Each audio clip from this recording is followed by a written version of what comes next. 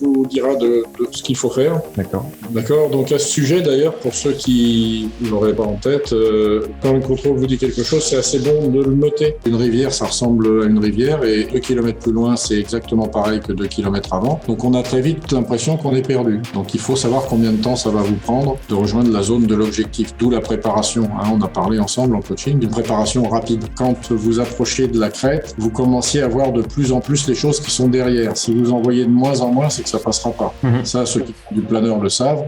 Quand on est en train de franchir une crête en planeur, on se rend vite compte si ça passe ou pas en regardant le paysage. Là, sur le simu, ça c'est bien simulé, donc vous le verrez. Je vous rappelle qu'un train rentrant à l'autre bout du vol, ça s'appelle un train sortant. Faut pas oublier de le sortir quand on se pose. Ça a l'air de rien, mais il y a beau y avoir des alarmes, beaucoup de gens se posent avec le train rentré. Les organes supportent mal de prendre 9G, surtout que vous avez un avion qui est susceptible de vous faire prendre des G assez facilement, dans tous les sens. Attention, le 2G, on peut le voir venir. Le 0G, on le voit difficilement. Soyez très précautionneux sur la tenue d'éléments. C'est ce qu'on a dit quand on s'est vu en coaching. C'est quand même un championnat de précision. Si vous n'avez pas volé dans le désert, moi ça m'est arrivé. Il y a des moments où on se sent un peu seul quand même.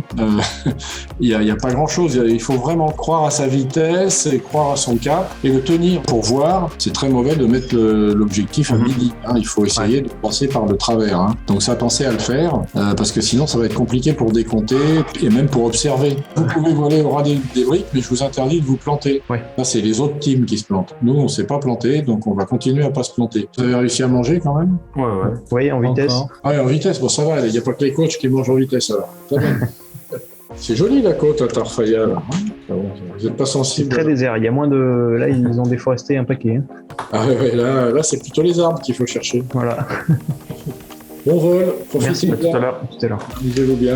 Il ne faut pas oublier qu'on est là pour s'amuser quand même. J'ai trouvé des relations avec mon équipe vraiment très sympa et fantastique. Sur la compétition en général, il y avait un excellent esprit. C'est la première fois qu'on faisait ça. Il y a eu énormément de travail de safety derrière qui a véritablement mis tout ce qu'il pouvait pour que ça ressemble à quelque chose. Et honnêtement, ça ressemble à quelque chose. Et ils m'ont fait un peu confiance et donc ça aussi, ça fait plaisir.